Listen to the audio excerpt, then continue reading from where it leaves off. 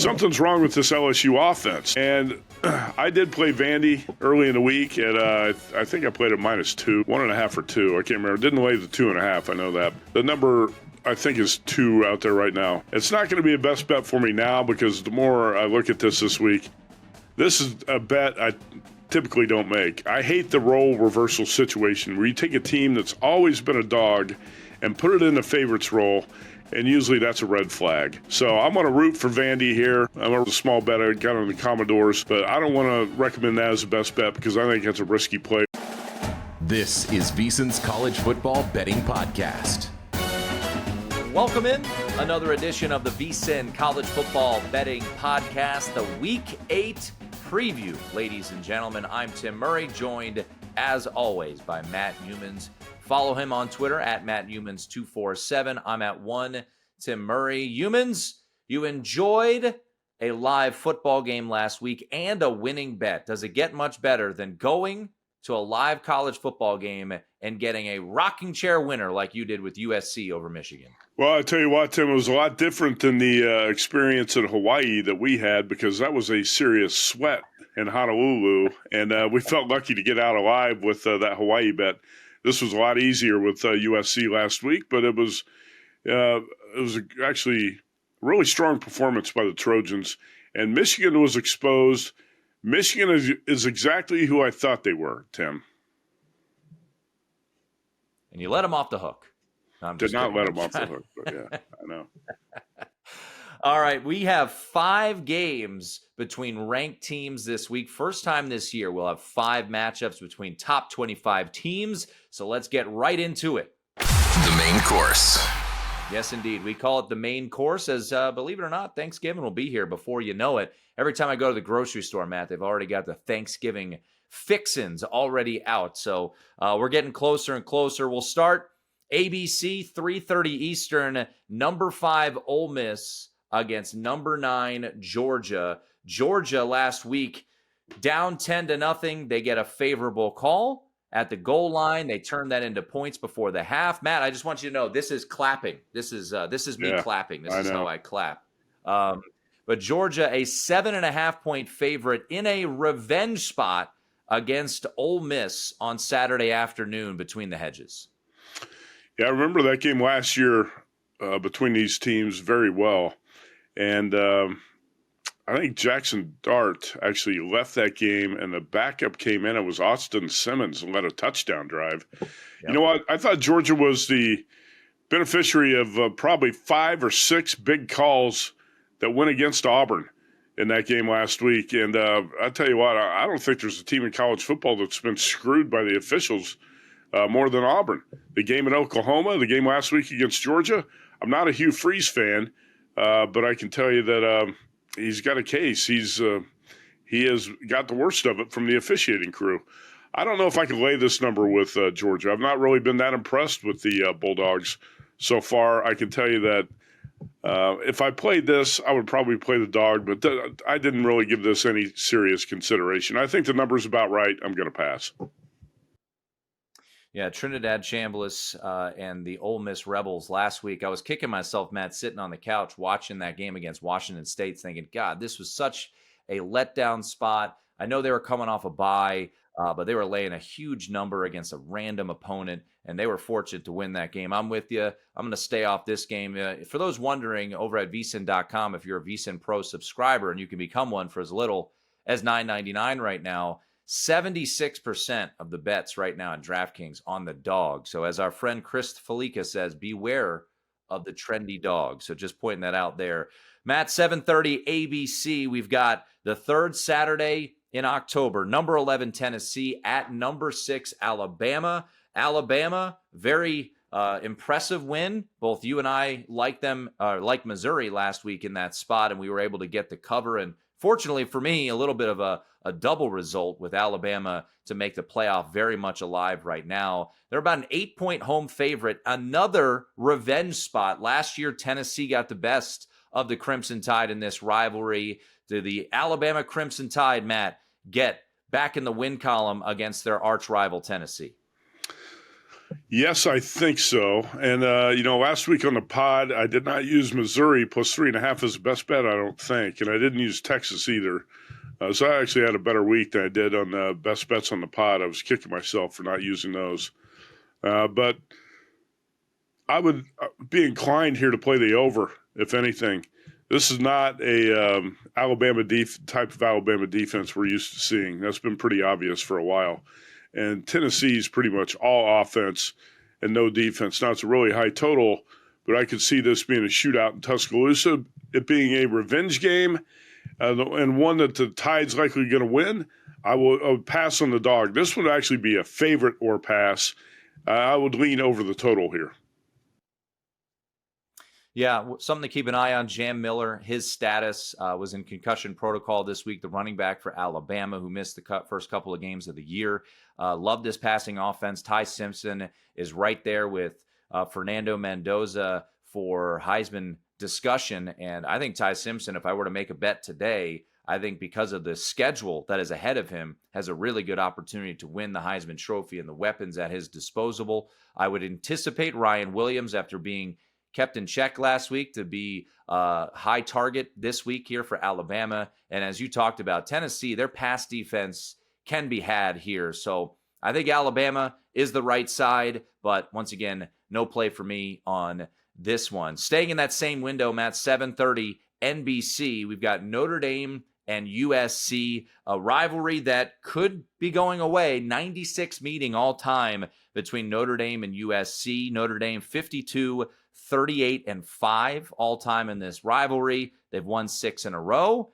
You saw USC last week, Matt. They're catching 9.5, and at Circa, they're even catching 10 with a total of 61.5. What did you make of the Trojans last week at the Coliseum, and do they have fight in them heading to South Bend on Saturday? I liked what I saw from the Trojans last week. They were physical up front. They had more speed, more playmakers all over the field. And I thought that was going to be the difference in the game. Look, Michigan does not have much team speed. Wolverines don't have many playmakers. They got a freshman quarterback on the road. And when you watch that tape the previous week of Wisconsin, Michigan, I came away completely unimpressed with the Wolverines. And we saw last week how bad the Badgers can be. Now, when you look at USC Notre Dame, this is a totally different matchup because Notre Dame's got a really good freshman quarterback who's at home. Irish have plenty of team speed, plenty of playmakers, and a pretty good defense. And where has Lincoln Riley had his problems? See, last week he was at the Coliseum in a really good spot for USC. This week he's on the road. The life of Riley has not been very good on the road, and we've seen that over and over and over. So it's tempting, I think, for a lot of people to take the 9.5 or 10 with USC. It's not that tempting for me. I usually have plays on some of these high-profile games. I don't have a play on this one either. I got a suspicion that Circa's sitting at 10 for a reason, and this is a game that Notre Dame's going to win by double digits. Yeah, it's pretty telling that this number went to 10. I put it out on Twitter on Monday, and as we record this on Thursday, it's still hanging out there. If you want the 10, Circa will happily take your bet, but I am not laying it with the Irish here.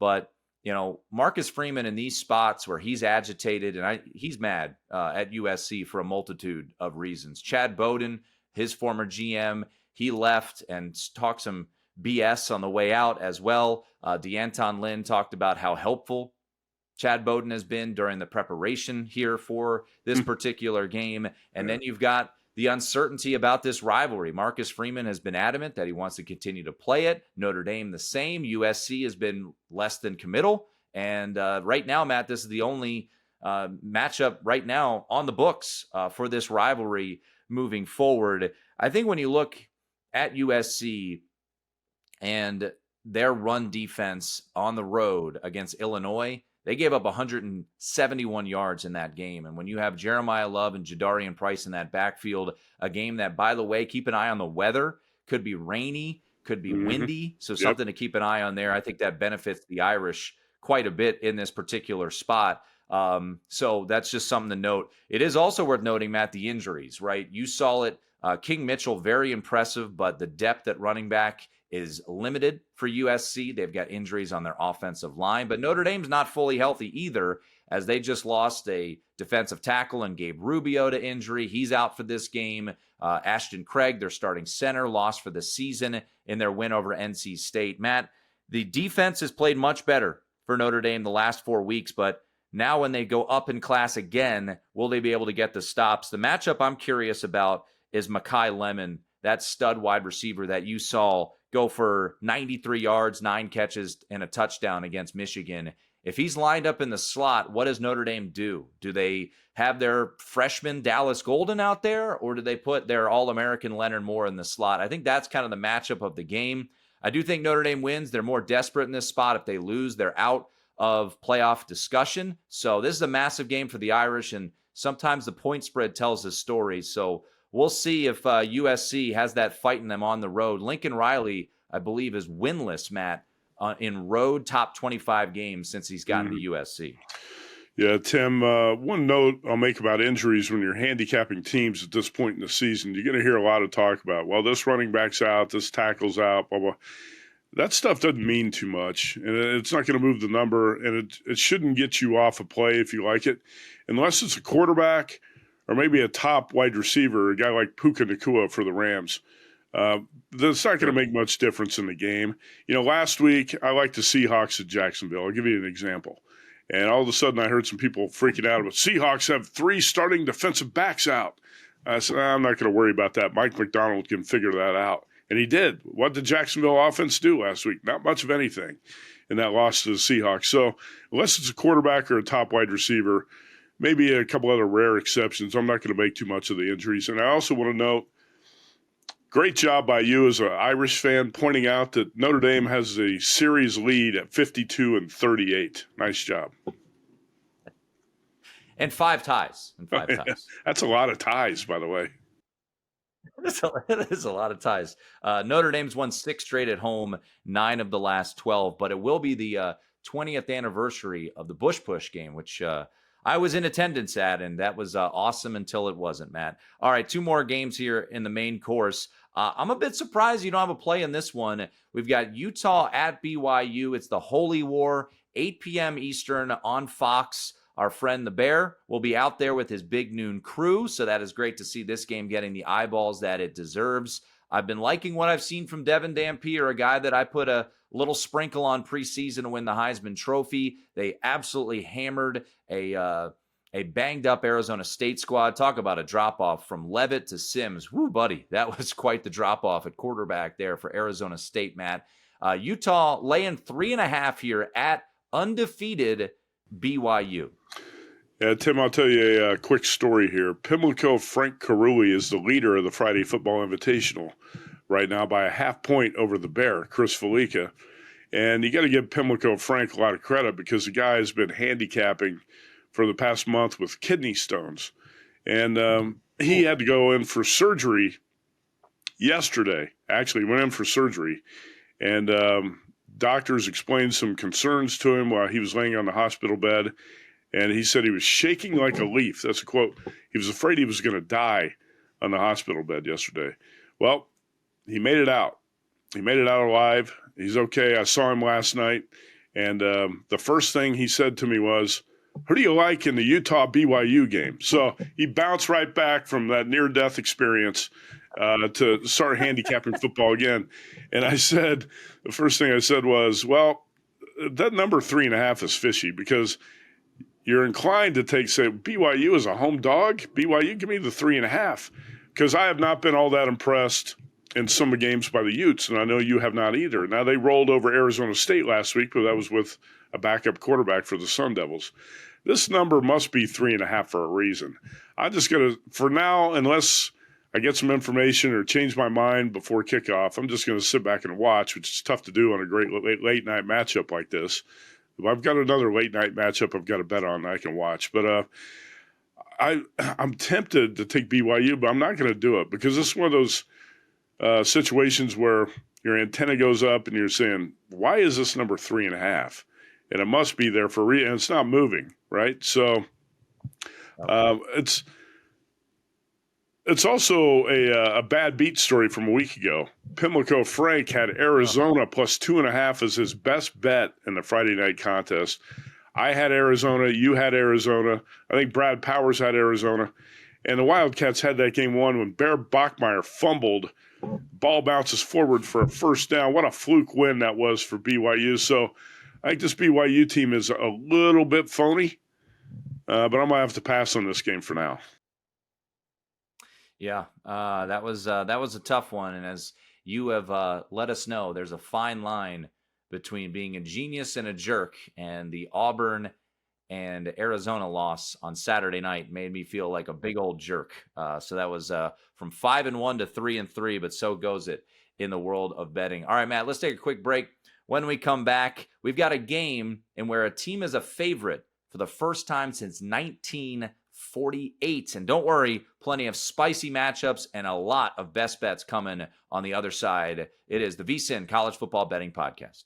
All right, we're back. It is the VSiN College Football Betting Podcast. Matt, one more game in the top 25 to hit on here. Noon Eastern, 11 a.m. local, ABC, 17th ranked Vanderbilt against number 10 LSU. The look-ahead line for this game was LSU minus 3.5. And now, Matt, the market has Vanderbilt as a 2.5-point favorite. It is the first time since 1948 that Vanderbilt is a favorite over LSU, and it also snaps a stretch of 51 straight games in the SEC where Vanderbilt has been the underdog. So this is a new role for Clark Lee's squad, What do you make of this spot here in Nashville with Vanderbilt laying points against the Bayou Bengals? Well, Clark Lee took that job in Nashville. He left Notre Dame, and he showed up at Vanderbilt talking about, we're going to build this into the premier program in the SEC, and a lot of people have laughed at him, which it was an absurd thing to say. But again, he's done a hell of a job here. One of the best stories in college football the last 2 years has been Clark Lee and Diego Pavia and the revival of Vanderbilt football, which has been dead for a long time. Pavia right now, 71% completions, 14 touchdowns, 4 picks. He went toe-to-toe with the Crimson Tide in Tuscaloosa. That game got away in the fourth quarter, but Vandy's better than a lot of people thought in the preseason. This is not a one-hit wonder team. And Diego Pavia, Cedric Alexander, they can move the ball on the ground, both over 300 yards rushing for the season. You know what? When I look at LSU, I had to throw this number at you. You take out the Southeast Louisiana game, which is a joke of a game anyway. Draw a line through that. LSU's offense has averaged 19.8 points. Garrett Nussmeier, if you take out the Southeast Louisiana game, has 6 TD passes and 5 picks in 6 games. Tim, something's wrong with this LSU offense. And I did play Vandy early in the week, and I think I played at -2, 1.5 or 2. I can't remember. Didn't lay the 2.5. I know that. But the number, I think, is 2 out there right now.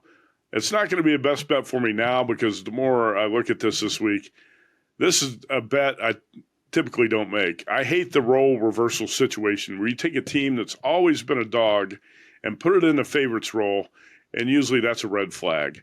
So I'm going to root for Vandy here. I'm going to root for the small bet I got on the Commodores, but I don't want to recommend that as a best bet because I think that's a risky play when you're taking a team that's always been a downtrodden underdog and making it a favorite against a team like LSU. Really interesting matchup, though, and hopefully the Commodores get it done. Yeah, 6-point move from the look ahead to where we are now. So quite the move in those two matchups there. LSU getting the win ugly against South Carolina. We'll talk some South Carolina here in just a moment. But Matt, after work on Tuesday night, I was starving. And I was driving home, and I said, you know what I could go for right now? A Chipotle burrito bowl with some extra hot salsa on there. Get some chips, eat it. So that was my Tuesday night after VSiN prime time, and that leads me into the more intriguing matchups and a lot of best bets. So let's do that now. Muy caliente. Spicy matchups. That's right, Matt. We call them the spicy matchups. You know how much we love to bet the noon Eastern window. We should have T-shirts made that say, I hate betting 9 a.m. Pacific time games. And fortunately, we were able to get a cover in the Missouri game. It was a sweaty one, but we were able to get there. I'm going back to the noon window, Matt. I believe this is the only game I have a bet in the noon window, so I will be fixated on this one. Undefeated and 12th ranked Georgia Tech at Duke. And the look-ahead line was Duke plus 1.5. That quickly got scooped up on Sunday. Duke got as high as a 3-point favorite. They're back down to a 1.5-point favorite here against the Rambling Wreck. I've got some thoughts on this game, but anything for you in Georgia Tech Duke on Saturday? Well, I will say, first of all, you mentioned Chipotle, and they run that commercial over and over and over, the carne asada and the red sauce. And every time I see that commercial, I'm compelled to drive to Chipotle and get the carne asada tacos. And they're pretty good. They're not great, but they're pretty good. They're a lot like Duke. Pretty good, but not great. And Tim, if you keep mentioning Chipotle, we got to get a sponsorship for the podcast. You want to call corporate headquarters and see if you can get that done? I know you got a lot of extra time. Maybe they can sponsor the spicy matchup. Yeah. I know you got a lot of extra time. You could chase down sponsorships. By the way, you are one of the top sellers at the network. I should point that out. I think you were the VSiN Salesman of the Month for August, and you got a parking spot in the garage at Circa for that. I've been wrong on almost every Duke game I've tried to bet, so I'm going to check out on this one. I'm going to let you handicap it. All right, Georgia Tech, they're rolling right now, as mentioned. Duke coming off a bye, though, back-to-back impressive results, going to Syracuse, dominating them, and then going out to Cal. You and I were on the wrong side of that one, with the Blue Devils traveling out to Berkeley. Yeah, I look at this Duke team, Matt, and they've been very fortunate in the turnover margin, which makes me a little bit skittish in their last 3 wins. They were +4 against NC State, +3 against Syracuse, and +4 against Cal. The game that they really had no business losing by as much as they did was the game against Illinois. They were -5 in the turnover margin in that one. If you look at some of the stats for Duke, they're not great in the secondary, Matt, but they're pretty decent up front, stopping the run. And Georgia Tech's not a team with Haynes King that necessarily takes advantage of teams with weak secondaries. Also, look at this. The 2 games that Georgia Tech's played on the road, they were very sluggish against Colorado, fortunate to get a late cover as Haynes King went into the end zone in the first game of the season, and then should have lost to Wake Forest. So I was hoping to get a plus sign. You and I were talking to Brad Powers on primetime Tuesday night, and he said the same thing. But money line right now, -20, and I really like what I'm seeing right now from Darian Mensah. I know our guy, Chris the Madman Macero, really loves Darian Mensah. So I'll take the Blue Devils here in a home spot, as they are a favorite against 12th ranked Georgia Tech, which makes you kind of scratch your chin and say, what does somebody know that I don't know? So give me the Blue Devils on the money line, -120. Matt, let's get to 7 o'clock on ESPN. Our colleague Stormy Bonatoni will be on the sidelines in Lexington for Texas at Kentucky. And this is a fascinating spot with Texas coming off of a big win in Red River, and now they head on the road as a double-digit favorite. Well, I think we have a winning record in games we play when Stormy is on the sideline. So I'm going to try it one more time here. I'm taking Kentucky +13. That's the current number at Circa. And, we were on Texas last week. You loved the Longhorns last week. And a lot of that was a fade of Oklahoma, too, with the John Mateer situation. Less than 3 weeks after surgery on his throwing hand, he's trying to go. I didn't think he was going to be very effective. And as the game unfolded, you could say Mateer should not have been out there. And no matter what you think of Michael Hawkins, he probably would have given the Sooners a better shot to win that game. Mateer was just not himself. Now, give the Texas defense some credit, too. Arch Manning some credit. Arch played well. He was not sensational, but he did play well, made a couple nice plays to help Texas pull away in the fourth quarter and win that game 23-6. But how about this? After playing the Sooners, Texas has failed to cover 6 in a row. And also, Kentucky is off a bye. And Mark Stoops is a really good defensive coach. Even though it looks like he's a dead man walking in Lexington, another coach is going to get a big buyout. Stoops' defenses give some teams some problems. Even Lane Kiffin, the last couple of years, had a lot of problem with Mark Stoops' defenses. And right now, the Steve Sarkisian Arch Manning duo is not too dynamic. Off the big win over Oklahoma, going on the road here, I think the Wildcats, to use a word that Tim Murray likes to use, I think the Wildcats are going to be feisty dogs. I'm going to take the 13. Feisty felines would be a better way to look at it, right? Well, I don't know. You used the word feisty on the show about 5 times the other night, and there were people at home playing a drinking game. Every time Tim Murray says feisty, take a shot. People were hammered from coast to coast. They were drinking some Budweiser, Matt, and they were drunk. So wow.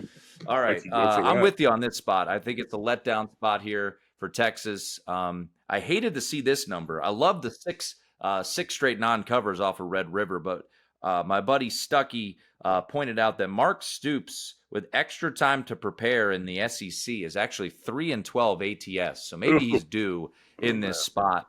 But we've seen Kentucky, to use the word again because now it's in my head, be feisty in these roles. And last year they knocked off Ole Miss in their lone conference win. Right. I'm going to split my unit here, Matt. I'm going to go first half and full game. I know a lot of people don't live in Vegas that are listening to this podcast, so you might not be able to get a 7.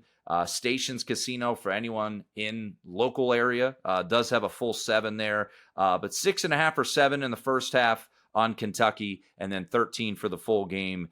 So I'll split my unit on that one. And speaking of Red River, Matt, Oklahoma goes to South Carolina, 12:45 kickoff, SEC Network. Boomer Sooner coming off of a really ugly performance, and they lost last year to South Carolina 35-9. But you're now traveling on the road, and this would be a bit of a sandwich spot, right? Red River, next week they host Ole Miss. Now you got to go on the road to Williams-Brice. It's been a disappointing season so far for Shane Beamer's squad. South Carolina catching 5.5 at home. I did not have real high expectations for South Carolina, but I did think the offense was going to be legit. And, Tim, something's wrong with Lenora Sellers and that Gamecocks offense. I haven't watched enough of South Carolina to pinpoint what it is. I've only seen a couple of the games. But what are we going to get from the quarterback position at Oklahoma? Is John Mateer going to be much better this week? I'm surprised he actually made it through the game last week. And by the way, Brent Venables, are you a buffoon? You got a quarterback who's got a surgically repaired hand, and Tim, it's 23-6, and Mateer's out there running around in the final 3 minutes of the game taking hits. You're down 17 with 3 minutes to go. Get your quarterback off the field. That was insane. Anyway, I'm close to playing South Carolina here. I want to, but something's wrong, seriously wrong with that team, so I'm not on this game as of right now. How about you? I am another split unit play because I'm not fully convinced that South Carolina is going to be able to score against this defense of Oklahoma that is absolutely legit. So I'm going to take half a play on the under 43.5, half a play with the ugly home dog in South Carolina. That offense, Brett Ciancia, who joins us every Wednesday, has his pick 6 plus, and he has a profile in every Power 4 team. My God, is there a lot of red on the South Carolina side of their offense. It is ugly this year. So you worry, how is this team going to score? But Oklahoma's offense doesn't look much better, and especially, too, with John Mateer's injury here. So it's a kind of a hold on to your butt special here with South Carolina plus the points, but I'll also take under 43.5. Matt, won't be under 43.5 in this next game. How about A&M, number 4 in the country, to old neck brace Arkansas, as Bobby Petrino got a cover in his first game as the interim head coach for the Arkansas Razorbacks, 3:30 Eastern on ESPN. I looked long and hard at the dog. I took a little nibble at 8.5. Not going to be a best bet for me here on Arkansas. What do you make of this one? Is Arkansas live against the 4th-ranked Aggies? Yeah, it was a situation last week where I said, I'm going to wait. Maybe I'll bet Bobby Petrino in his first home game. And Hogs played really well last week, and they were right there with the shot to win. I'm like you here. I've got Arkansas written down. Actually, that was one of the first plays I wrote down this week as a possibility. but I have not talked myself into it yet. And I'm not sure if I'm going to play it, but I am leaning toward the Arkansas side here. I like home dogs, and I might play the Hogs. All right, let's get to another game. I know you do have a play on. Let's go SEC Network. How does Auburn respond to just getting their hearts ripped out multiple times this year, Matt? Oklahoma, they got screwed by the refs. Last week, screwed by the refs. They're going up 17-0. They're going to win that game. They're going to get a monumental win over Georgia. And instead, one play turns everything sideways. And now you've got Missouri traveling for the first time this year, Matt, October 18th, their first game. Auburn actually opened as a slight favorite. They are now a slight dog. Missouri at Auburn, 7:45 on SEC Network. Tim, I've been big on Missouri all season, and Tigers didn't get it done last week, even though they did get the cover. You should have had the 3.5 if you bet it. To me, this game is a little bit more about Auburn and which Tigers team's going to show up. I've read a couple stories this week and seen some reports of possible dissension in the locker room, and that Hugh Freeze might be losing this team. If that's true, then that's going to make Missouri a pretty good bet here. I'm going to go with the steam and the move in the market, and I'm going to play Missouri as a short road favorite. I'm not going to be shocked if I come up short on this bet. Auburn rises up and plays a great game. Look, Auburn's capable. That's a team that Tigers probably should have won at Oklahoma. Probably should have beat Georgia last week. But when you come up short in so many close games, sometimes the team just falls apart and goes the other direction. Hopefully that happens with Auburn. Yeah, hard to disagree. No play for me, but that was a rough one, and I'm not sure how they respond to that because they did not respond to that turnover all that well. Matt, let's take a quick break. On the other side, we got a bunch of Big Ten games to get into, including life without Big Game James. What will Penn State look like on the road at Kinnick? It's the VSiN College Football Betting Podcast. We're back. It is the VSiN College Football Betting Podcast. Matt, last week you were at the Coliseum watching Michigan get smoked by USC, and now the Wolverines are back home. Big noon kickoff. They're at the Big House, and they're taking on Washington, a team that I really like. Bet them preseason to make the college football playoff. Always weird to travel from the Pacific Northwest to the Midwest. Any interest in the dog in this one, as Washington right now around a 6-point underdog at Michigan? Tim, I'm not saying that Shrum Moore's going to get fired, but he's under pressure right now. And you knew there was going to be some decline in the Michigan program when Jim Harbaugh left and he took some coaches with him. And we're seeing the decline. Unless Bryce Underwood grows up really fast, Michigan's not done losing games this season. And when I said the Wolverines are exactly who we thought they were, I was talking about a team that's really down in talent from what it's been the previous 2 years. Now, Michigan's lost a lot of players to the NFL the last 2 or 3 years, and you're seeing that on the field. I just didn't see speed. I didn't see playmakers. But talking about situational handicapping, the last time the Huskies went on the road to the East Coast, they were down big to Maryland, and they rallied and won that game. But they were down big, and Maryland blew it. We've seen so many teams go from the West Coast traveling to the Midwest or the East and have trouble. I really don't want to back the Huskies here because I think this is a spot where if you're going to get you might get Michigan's best shot here. You got a coaching staff that's under some heat. You got a team that's not playing well, and typically that means a circle the wagons type of spot for the Wolverines. So even though I'm not that impressed with what I've seen from this team, I would lean to the home favorite, but I would probably have to play it on the money line or put it on a money line parlay if I played something like that. I actually think on a neutral, I would like Washington, but I don't like the Huskies in Ann Arbor, so I'm going to stay away from that side. Michigan is going to be a situation to watch, though, because Bryce Underwood's got a rocket for an arm. He just doesn't know how to harness it. He's not an accurate passer. He doesn't know how to play quarterback yet. I don't think he knows how to read defenses yet. He could be an incredible talent. Man, this Michigan team's got a long way to go. And that's the read I got, Tim, when I watched the Wisconsin-Michigan tape 2 weeks ago. This is a really, really bad game between a bad team and a mediocre Michigan team. And I was not impressed by the Wolverines in that one. So we'll see if they show up and play a little bit better here, but I'm not going to play the dog. Yeah, and Washington, as mentioned, a team I really like. They've gotten off to some slow starts. You mentioned the Maryland game last Friday night against Rutgers. They got off to a slow start. Eventually, Damon Williams, by the way, he is awesome. So much fun to watch. Matt, let's get to life without Jimbo. Penn State at Iowa. Of course, the big story in college football all week, the firing of Big Game James after back-to-back losses as a 20-plus point favorite, 3 losses in a row going back to the Oregon game. On the road at Kinnick Stadium, this game will be on Peacock. Iowa laying 3. Tim, I know you had high hopes for your Mark Gronowski for a Heisman ticket. Would you get that at like 500 to 1? I think it was 750 to 1, yeah. Okay. I tell you what, if somebody told me before the season that Iowa was going to beat Wisconsin 37-0 in Madison, I would say, no way, no chance. That's how bad the Badgers are right now.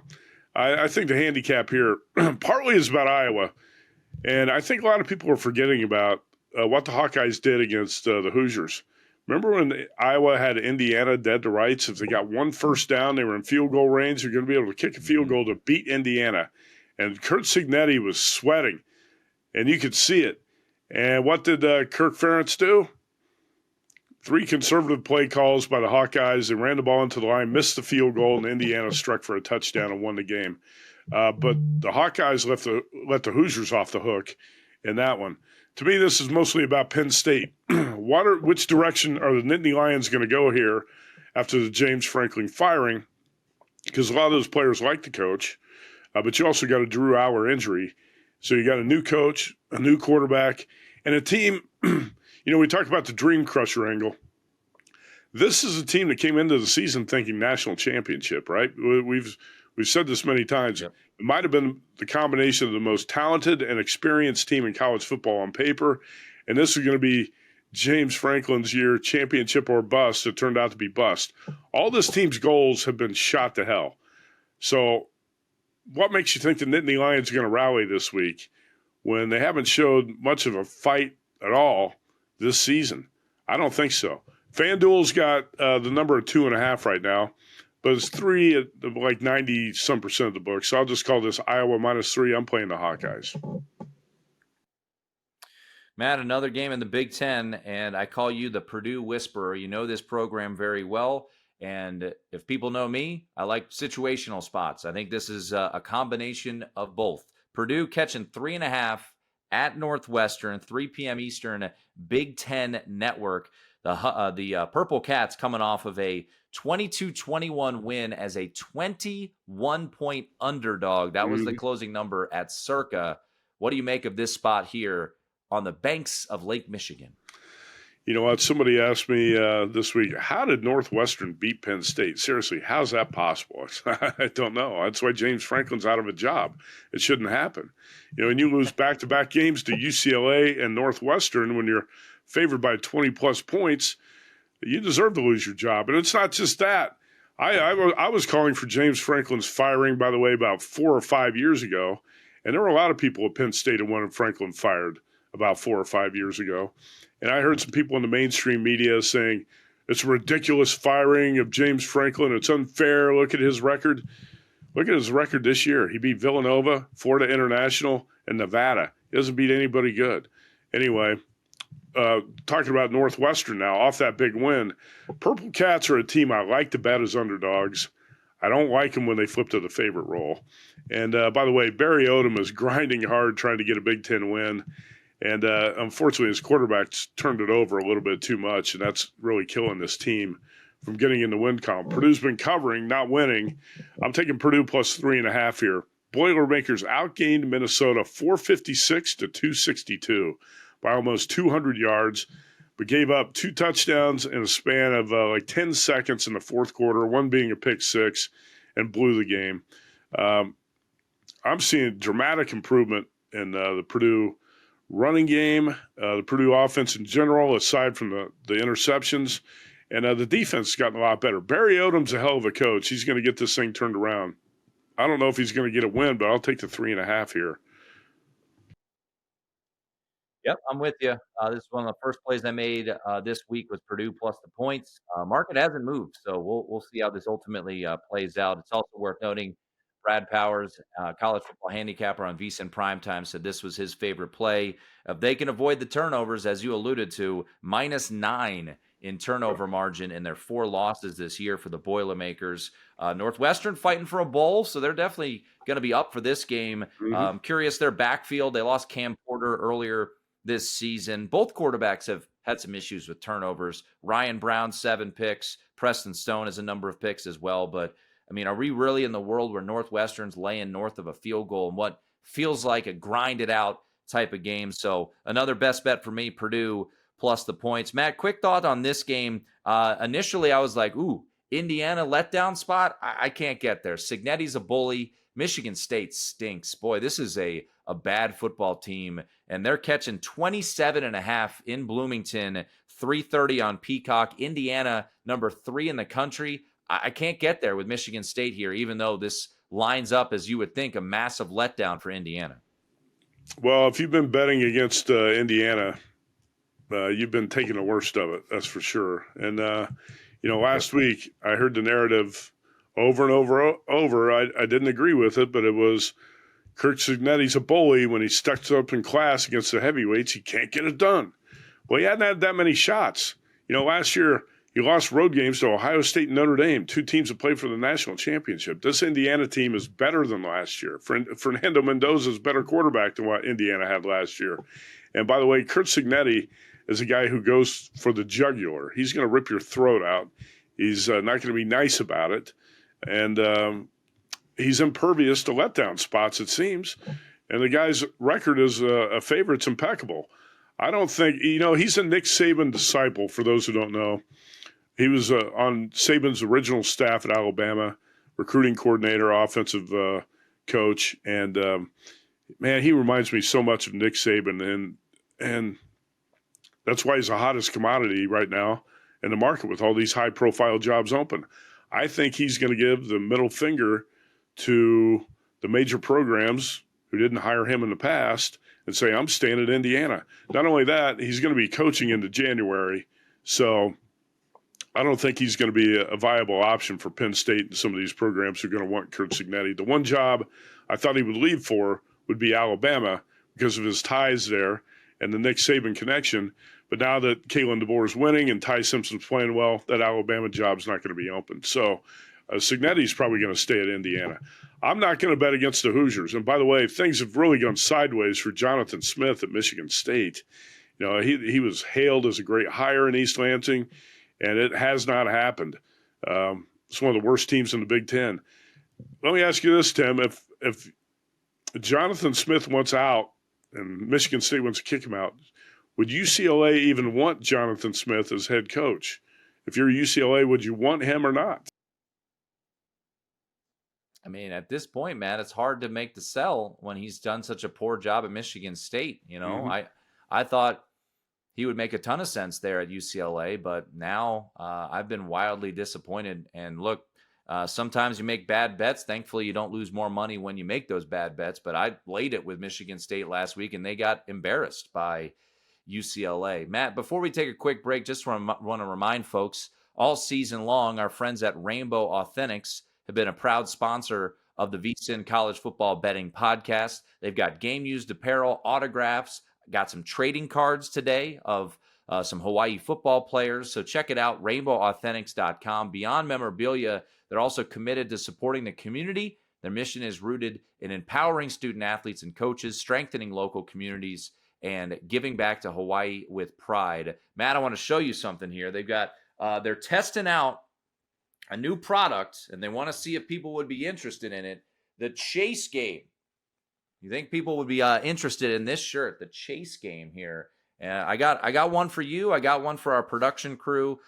So if you're interested in that shirt that I just pulled up there, give me a tweet, and we'll see if we can get a couple more made at one Tim Murray. But mahalo to our friends, Rainbow Authentics, a proud sponsor of the podcast. All right, let's take a quick break. We've got some big quarterback news. What do you got, Matt? I like the shirt. Can we get that in gray or white? I hate black shirts, especially when you live in the desert because, or in Hawaii, black shirts trap the heat. I don't like black. You don't see teams, in the middle of the afternoon when the sun's out, you don't see football teams wearing black. Can we get that shirt in gray? And also, how about those trading cards? Can I get a Landon Sims trading card? That running back for Hawaii. I love the way that kid runs. Do you have the football cards? I do have some football cards. I'll see if I have a Landon Sims. I will check the cards and I will bring it in to the studio here. But if you want those, check it out, rainbowauthentics.com. And they got some good gear, including this gold Rainbow Authentics hat as well. All right, quick break, Matt. On the other side, we'll talk some Texas Tech, Arizona State. Is Sam Leavitt going to play? All right, we're back. It is the VSiN College Football Betting Podcast. Matt, Texas Tech and Arizona State preseason. This might have been one of the best games of the year, best games of the week, definitely. But we're talking about it pretty late here, and a lot of that has to do with the questions at quarterback. Sam Leavitt did not play last week for Arizona State, and they got smashed by Utah. The belief is he's going to give it a go, but I have questions, Matt. Is this a situation like we saw with John Mateer where they're so desperate that they're going to throw him out there? I would love to play the home dog here, but I just can't get there not knowing the full health status of Sam Leavitt. And by the way, Matt, Texas Tech, one of 3 teams unbeaten against the spread this year. Texas Tech right now laying 7 with a total of 52 at Arizona State. Yeah, I received some injury info yesterday from our buddy Sammy P. Sam Panayotovich. He said Sam Leavitt's going to give it a go in this game. And that doesn't make a big difference for me. I know he's going to try to give it a go, but I don't know how effective he's going to be again. And Sun Devils got steamrolled by Utah last week without him. This Texas Tech team is a juggernaut right now. I added a couple of college football futures this week. I considered Texas Tech as well. But like you said, you got on one end of the spectrum, you got Penn State that's 0-6 against the spread. And the other end, Texas Tech, which is 6-0. I'm not going to bet against the Red Raiders, to sum it up.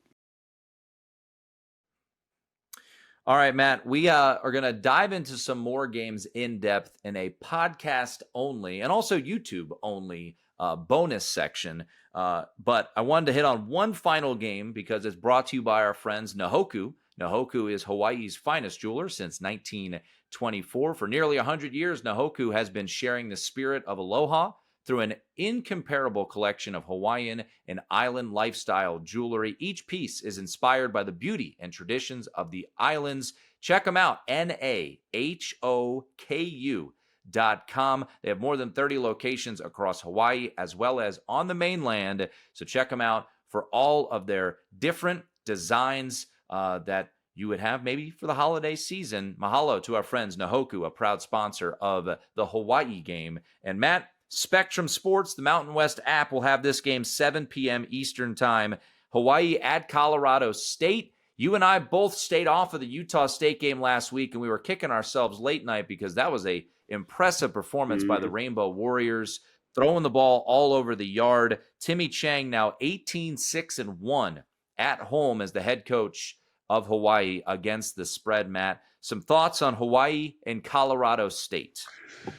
Tim, you're right. Stayed away from Hawaii last week, and that was because there was so much respected money in the market on Utah State. I'm not going to say sharp money because it turned out not to be sharp, but there was a lot of respected money, and that moved the number. And I said, okay, maybe they know something I don't know here. I like to play Hawaii as a home dog, and Honolulu passed on it. I'm not so afraid to play Hawaii on the mainland because, Tim, we watched the Rainbow Warriors go to Colorado Springs and handle Air Force and put 44 points up on that Air Force defense. And I think you could see something similar here. Micah Alahado's got it working again. He's got his receivers healthy. Remember Landon Sims, my favorite running back. Remember when Alahado dumped that pass to Landon Sims over the middle, and he ran up to about the 20-yard line to set up the winning kick for the Tokyo Toe against Stanford? A lot of things are working for this Hawaii team right now. And it looks like Timmy Chang should be headed to a bowl. But this would be a big win to get. This would be a really big win to get. And by the way, I don't know where that Colorado State win came from against Fresno last week. It came out of nowhere. But I will say, if you look at the box score, the Rams allowed 469 total yards.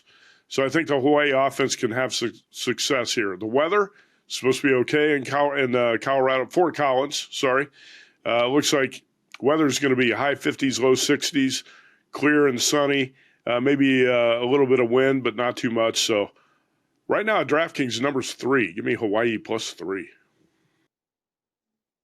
Yep, I'm with you. If you can't get the 3, maybe see if you could buy it cheap. I've seen some juice 2.5s out there, but I'll dive in just a little bit more. Micah Alejado, who had some games where you were kind of scratching your head, but he had that ankle injury, Matt. He looks healthy now, and the receivers are healthy. Jackson Harris, Pafeli Ashlock, Brandon White, Nick Senecal, all were effective in that win against Utah State. And I want to dive a little bit deeper on Colorado State. 49-21 win over Fresno State as 6-point dogs. But as you alluded to, outgained 469 to 334. They were +4 in the turnover margin. And how about this? They stopped Fresno State 3 times on downs. So right. I'll play Hawaii here. If you do the simple math, it doesn't really line up to me. Fresno State was -2.5 at Hawaii and -6 at Colorado State, meaning Hawaii should be around a 3-point favorite against Colorado State on a neutral,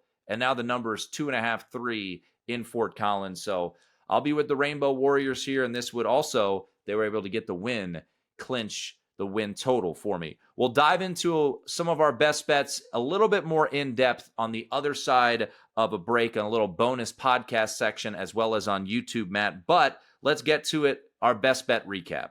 Best bets recap. All right, Matt, dive into your plays for week number 8. Okay, we've talked about all of these games on the podcast, but one, Purdue plus 3.5, Hawaii plus 3, Missouri minus 1.5, Iowa minus 3, Kentucky plus 13, and how about a late night play? Stanford plus 18 against Florida State, and I think the Cardinal can run the ball. The physical offensive line shorten this game. And what's Florida State playing for at this point? This is another situation that's kind of unraveling on the head coach. Tommy Castellanos is not a quarterback you want to lay a big number with, and the Seminoles have injuries at wide receiver. So a couple of big dogs, a couple of small dogs, and a couple of small favorites. 3-3 last week, 20-19 overall. Need to pick it up. Should have had a better week last week, Tim.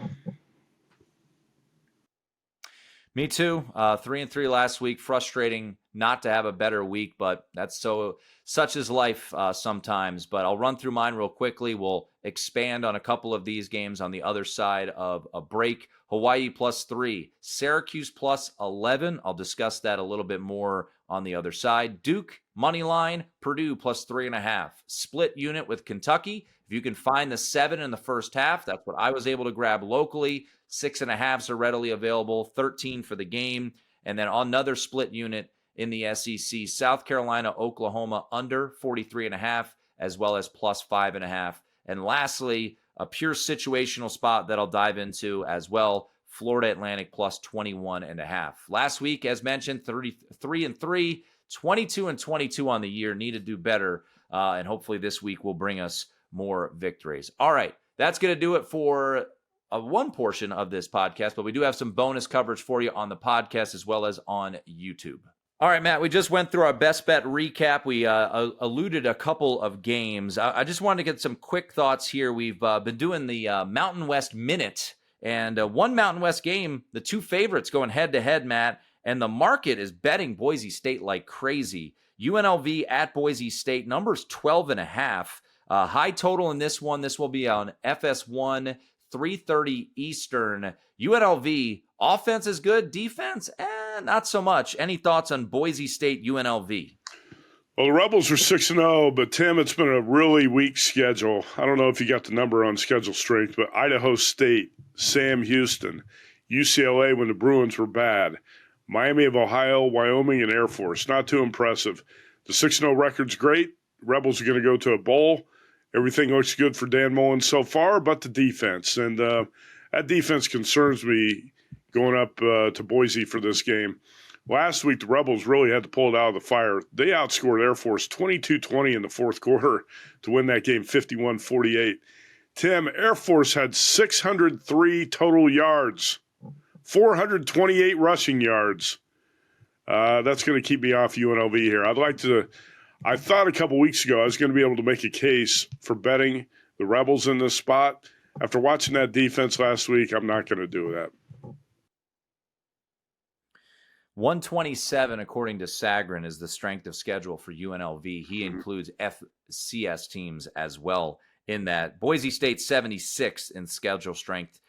This is one of those games that's a bit head-scratching when you think about the look-ahead line being 8.5 and no real massive result having last week, and now we're up to 12.5.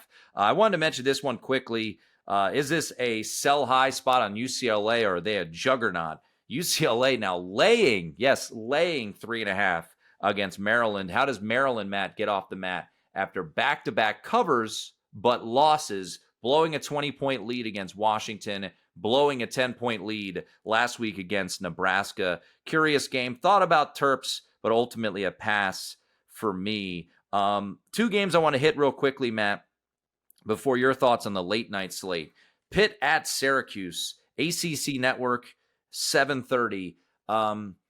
Pitt's coming off of back-to-back wins with their new quarterback, Mason Heinschel. I was, I think, mispronouncing that recently. Heinschel, by the way, 54 of 74, 737 yards, 6 touchdowns, and 2 interceptions, Matt. He's been pretty impressive, including a win last week as a double-digit dog at Florida State, 34-31.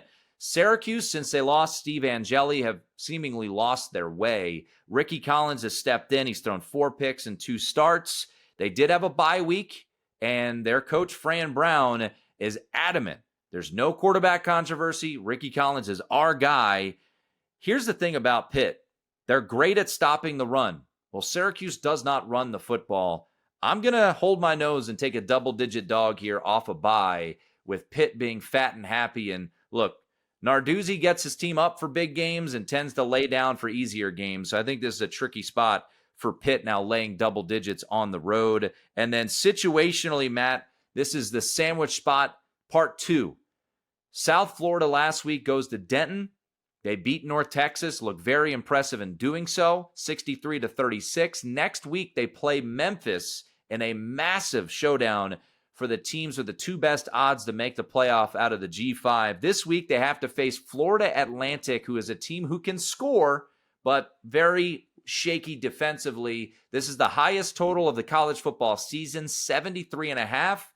I'm going to take 21.5 with Florida Atlantic and hope that the Owls can get into the back door here and maybe keep things a little bit feisty against a South Florida team that might be potentially peeking ahead to next week. So 2 kind of ugly 2 dogs. Florida Atlantic is on the road. And then speaking of ugly dog, Matt, late night, 10:30 Eastern, ESPN, you've got the Cardinal of Stanford against Florida State. I do. I'm taking the 18. Our buddy, the madman, the Boston Strangler, Chris Massaro, says Stanford's going to win this outright. I'm not going to go that far. But I'm not afraid to fade Florida State. I can't remember the last time the Seminoles won an ACC game. Ben Branson, the quarterback for the Cardinal, we saw him up close. He's a game manager. You just don't want him to make the big mistake. What I think the Cardinal can do here is use that big physical offensive line and the running of Micah Ford and shorten the game, run the clock, and kind of grind down the Florida State defense. I just wonder at this point, Tim, how much motivation there is for the Seminoles. They've lost some big games. Obviously, the win over Alabama and the season opener looks more and more like a fluke. If they played that game again, Alabama would probably win by 2 or 3 touchdowns. Florida State right now 2-4 with wins against Stanford's 2-4, wins against BC and San Jose State, and really needed a miraculous comeback to beat San Jose 30-29. Cole Branson actually passed for 444 in that game, which is crazy. But I think it's a good spot here for the home dog. And there's not much of a home field advantage for Stanford because the crowd's small and the crowd's pretty quiet. But again, it's Seminoles have needing to travel from East Coast to West, playing a late night kickoff against an opponent they probably don't respect much, and all their goals for the season have been shot to hell. So I think Stanford plus 18 should be a pretty good play. All right, Matt, let's go back in time. We'll go to Friday real quickly. Is this going to be the spot where Jeff Brom rises up and gets a big-time win? If you look at the history of Jeff Brom, whether it was at Purdue or a couple of instances at Louisville, he has done so. Let's run through them real quickly. 2018, 7.5-point dog. They were 0-3, Purdue was, against Boston College. They won 30-13. 2018, you remember this game well. 13.5-point dog at home against Ohio State, number 2 in the country. 49-20 win. 2021, Matt, 11-point dog at number 2 Iowa. They won 24-7.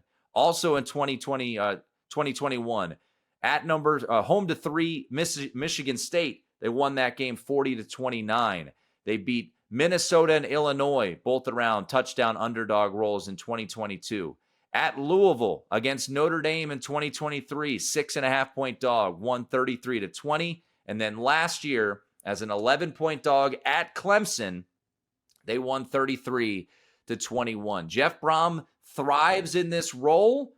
They're both coming off a bye. Will Louisville on Friday night in Miami be a feisty underdog? Okay, I'm just going to have to take 2 shots here because you used the word feisty twice in the last 5 minutes. So everybody at home do a shot of Jack Daniels and do another shot, double shot. Tim, I took 14 with Louisville early in the week. I think you and I talked about this game about 10 days ago. I said if I can get 14, I'll take it with Jeff Brom here. So I did. And it's 13 painted across the board in the market right now, so did not use this as best bet on the podcast. But I think the 14 is going to come back on Friday when you have a popular public favorite like Miami. A lot of people think this might be the best team in college football. So I think be patient. The 14 might come back. And I might put a little on Louisville on the money line here too. I'm going to give Jeff Brom a shot to pull a stunner. He's a better coach than Mario Cristobal. And Brom is a better bet as an underdog than he is as a favorite. We know that. You just ran through a bunch of the results. Brom 23-8 against the spread as a dog of more than 4 points, and 7-0 ATS in that situation off a loss. Also, if you look at the Virginia game 2 weeks ago, Cardinals are off a bye, which is good. Brom's had time to prep for this game, which is better, but they're 4-1 off a bye. They lost to Virginia 30-27 in overtime. That was a crusher. There was a reversal on a call, a 4th and short. Brom kicked a field goal in overtime. Bad mistake, and you knew Virginia was going to win at that point. But again, the Cavs scored on a 61-yard fumble return and a 47-yard interception return. Louisville outgained Virginia 383-237. Miller Moss has not been playing great at quarterback, but he's got it in him, and he's got a couple of playmakers around him, and I think Jeff Brom's going to have a great game plan here. So Louisville plus 14 is my play. Yeah, I agree with you, and I bet 14. No need to rush. I think you will get a 14, hopefully on game day, but we'll see if Louisville – I won't say it. I won't say the F word here. I think they will be a competitive dog in this spot. Worth noting here real quickly, just before we get out of here, keep an eye on the status of Cade Klubnik, quarterback of Clemson. There was a report that showed up on Thursday, Matt, that it seemingly sounded like he would be out due to that sprained ankle he sustained against Boston College. We saw the market go from 9.5 down to 5.5 in favor of Clemson. So keep an eye on that significant quarterback injury there as Clemson hosting SMU on Saturday. Looks like Cade Klubnik, based off of the movement in the market, could be sidelined. All right, that's going to do it for the podcast. It was a lengthy one, lots of best bets, and hopefully we have ourselves a winning week. Thanks again to Wyatt Tomchek and Ryan Hunter, our 2 producers of the podcast. Please rate, review, and subscribe. It really helps us out as we climb up those iTunes rankings each and every week, and also on YouTube, youtube.com/College Football Betting Podcast. For Matt Youmans, I'm Tim Murray. This has been the VSiN College Football Betting Podcast.